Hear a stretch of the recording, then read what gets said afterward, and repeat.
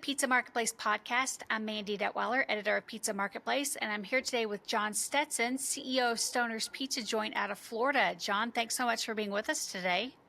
Thank you for having me. Well, let's talk about Stoner's origin story. Tell me how the brand got started. Yes, so Stoner's Pizza was founded in 2013 out of Savannah, Georgia. The first location had a stone oven, which is where the name Stoner's Pizza Joint originates from. It was kind of a haha, there's the Stoner's oven, let's tagline it on with joint in addition to the Stoner's Pizza and leverage the kind of fun cannabis movement. But, there was no actual cannabis or CBD, THC ever in the ingredients. It's been a play on words ever since the first location back in 2013. Well, you once told me that 80% of sales is carry out and delivery. I know that you started to downsize square footage to reduce the dining room size since fewer people were dining on site. I don't know if that's because of COVID or what, but has this affected sales any? So COVID absolutely accelerated the delivery and takeout, but we started to see a little bit of a pivot when the third parties became more prevalent, Uber and DoorDash being an extra source of delivery, convenience for the consumer. So that was already kind of moving towards a little more delivery versus dine in. And then obviously COVID only accelerated people focused on, what's, I call it the Amazon model. What can I do sitting on my couch with 2 clicks and get something fast and easy? So that's what kind of pushed us more to the delivery takeout model, almost a ghost kitchen in some areas where you're really just putting orders on the counter and delivery drivers are coming and picking it up. We have seen, I wouldn't say, we definitely saw a spike in sales early on in COVID because we were, one of the few types of food products that traveled really well. Obviously, pizza is a travel well product. In addition, we had the infrastructure of delivery and being on all the third-party apps already in place where some other, concepts had to scramble to figure out, without a dining room, how did they serve their customers? So we definitely saw a spike, and then, we leveled out, 2022, we had a good 23, and the last 6 months here, just like the rest of the industry, it's been a little challenging, and I think it's, a couple of things that are contributing to it. One is, I would say inflation, and the consumer's a little strapped. Food prices have gotten very expensive, and you can only sell a cheese pizza for so much before people start to push back. So sales have been, a little bit challenging here in the last 6 months, but it doesn't have anything to do with, having a smaller footprint and dining in, I believe. Well, how are you combating those inflated pricing that customers are seeing? What are you guys doing on your end to make sure that business isn't falling off too much? Several things. I think first and foremost, we're trying to, beat out the competition and driving in traffic, and that's, sales specials and promotions.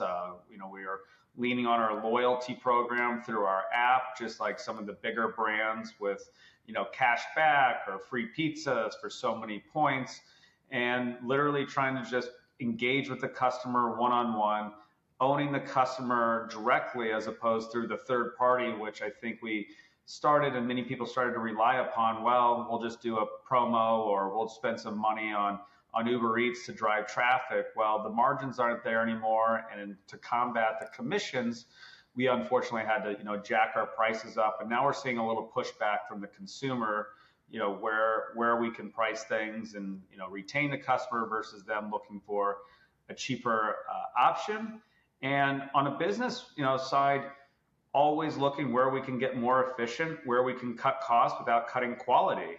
And at the end of the day, margins in food business are just not what they are probably ever were or going to be. And you got to kind of level set and say, my profit margin is going to be smaller, so I got to win it on the top line, which is revenue and driving sales, and it's all about gaining that customer, giving them the customer service, high quality food, and making sure there's a reason they're coming to you over the $5.99 special that maybe a Little Caesars in my market runs or some of the others. We had to Right.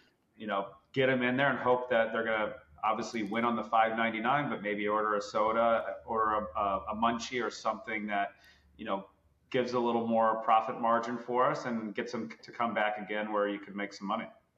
How is Stoners adapting to changing consumer preferences and trends in the food industry? I would say we're fortunate that being a pizza concept, there's not much change. Of course, there's always the challenge of the healthier lifestyle. Every year there's a new diet, or there's people that want to have less carbohydrates, or want a cauliflower pizza, or a vegan option, or whatever it may be. So there's always going to be those challenges, but I feel our core customer is there for high quality pizza. If you're going to have dessert, you're going to have the dessert. You're going to have ice cream. So pizza, I don't want to reinvent what pizza is based on. 18th century Italy, and it's based with bread and meats and tomato sauce and all the things it is. So we're getting the options to not lose a customer. We're revamping our salads, and we're cognizant that there is a want for some healthier types of products. But we're not getting away from what's made us successful and what's made pizza successful, and that's good quality cheese and toppings. Right. Right. You have to stand out against the competition, and you're doing it with your food. Exactly. Yes. No discussion of Stoner's Pizza Joint would be complete without talking about the name. You touched on it a little bit. Do you worry about alienating people with a name like Stoner's? How does that work? Oh, I think about it every day, and we kind of pivot depending on the market we're in. If we're on a college campus, I think we're very outgoing with the name. If you go into one of our locations, we'll have hashtags: legalize marinara, own a joint, get baked, and we kind of play on words of cannabis and pizza simultaneously. But then you go into some other demographics where it's more of a community and it doesn't resonate as well. We've, in those markets, dropped the joint from our signage, and it's just Stoner's Pizza. We dropped the hashtags. We just, developed a large partnership with the Florida Panthers here in Fort Lauderdale. They just won the Stanley Cup, and they're in a big arena, the Amerant Bank Arena, and in that market we dropped the joint, and then there's a tomato in our logo that we have what could be conceived as a marijuana leaf in there, and we removed that and put the Panthers logo. So we kind of play on the words as far as we can and when we can, and then pull it back when we think it would hurt business. Myself being, a father of two young kids, a 7 and 6 year old, the last thing I want to do is lose that family of four ordering my pizza on a Friday night because they think there might be some CBD oil in there, or, people should know that THC isn't just legal everywhere and you can just throw it everywhere. You still need, to be of age or have your medical marijuana card. So, but, they see it, and there's that, oh no, can't do that. I don't want my kids around that. And we deliver to a lot of schools. And so we're very cognizant of that. So we use it to our advantage when we can, and obviously pull away from it when we need to. Now, you all have 50 stores, is that right? 52 as of 52. today. Okay, so you've gained 2 since we talked. Yes. How are you ensuring consistency across the brand as you grow, and customer satisfaction that's the same no matter what Stoners you're in? That's always a challenge that, first and foremost, franchisees and corporate, we're all ordering from the same food vendor, and we have locked in order guides. So all the recipes across, the locations are the same because we're ordering from the same food provider, and each one of the condiments and vendors that are within our distributor are the same. So all the product is the same.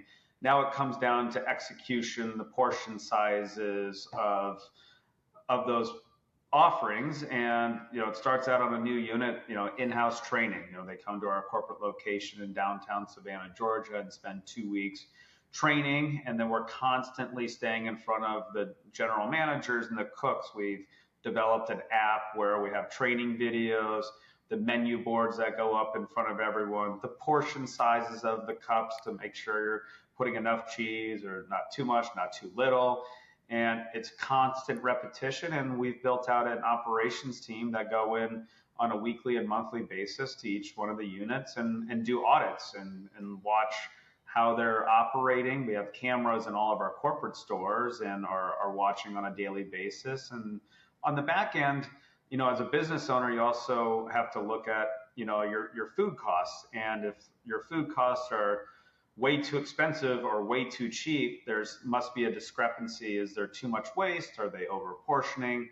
Are they under portioning? So anytime there's something outside of our area of margin, that's when we, push it on audit and say what's happening here, and make sure that everything's up to speed. We do blind shopping, have people come in, call in, making sure they're everything that our brand standards are abided by, and that's how we've been successful in keeping a constant. Now, you mentioned your app. You built your own app. Correct. Why not go with a one-size-fits-all? That's attractive. There's templates, right? There's website templates that, you can start, dropping the names of what the basic website build is. But for us to differentiate, and I think, kudos to Domino's being the first mover 10 plus years ago to really put a big spend on technology. And they were the first it's in the oven, and then you could kind of track your order, kind of like you do with your Uber Eats today. And so we wanted to have our app be kind of an experience where, you had fun. We're actually doing a great update right now, which in real time, when you're putting your toppings on, it shows them being put on the pizza. So you can kind of visualize your pizza as you're making it, and kind of making it more like of an interactive process and not just, a hassle that you have to go through all the steps one by one. We thought ours was a little clogged to begin with, so we're constantly updating it. But we thought this would differentiate ourselves again, to have something where there's a user experience, the loyalty points that come in there. We get to push out specials to you. There was games on there, all those different things. I think personalize the experience that you have with stoners. Now, you mentioned to me when we chatted before that the last 6 months you've been focusing more on the customer, giving them an experience rather than considering them a transaction. Why is that important to the brand, and why now? For sure. I think we touched, a little bit on it earlier, that it's only becoming more competitive landscape.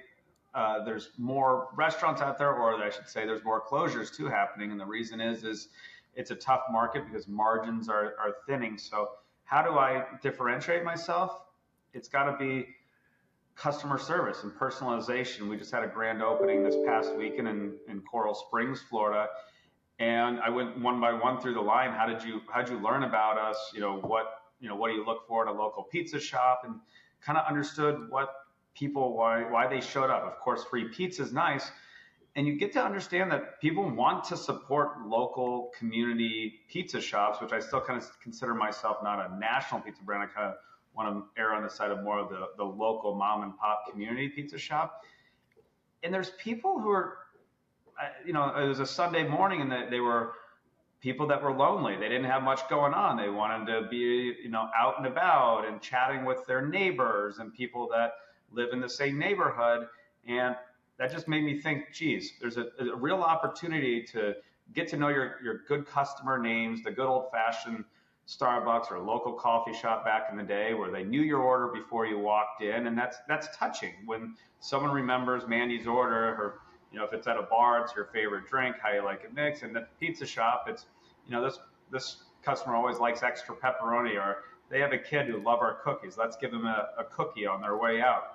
And I think, and right now, you're going to be battling pricing and quality, but the one thing that you can control is how you treat your customer. And so we've been trying to actively respond to our Google reviews and any reviews we can. We're doing that in-house. We're not outsourcing that to the Philippines and to bots, which, many of the bigger brands are doing, because, when you're getting just a quick general response, it's like, they don't really care that I had an issue. They're just trying to show that they're on top of it. But if you're on top of it with, hey, this is John from Fort Lauderdale. So sorry to hear about your experience. How can I make it better? I'd like to get you a free pizza, and changing that, and then, staying in front of even the good reviews that said, had a fantastic experience Friday night. They treated me well. Engage with that person too. You never, just focus on the bad jobs. You got to focus on, all of your customers. And so we,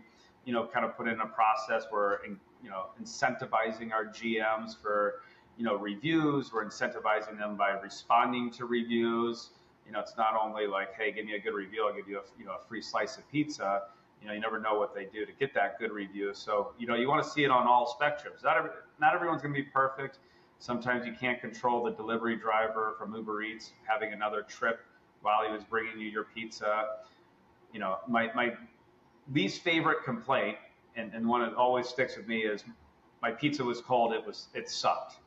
Well, we all know the pizza came out at 525 degrees and it wasn't cold. So somehow between when it got out of our oven and got to the doorstep, whether it was time from the delivery driver to get there or something, that was the issue. And you got to take it on the chin and take the blame. It sucks to say, like, yeah, sorry, we serve cold pizza, which we all know we don't.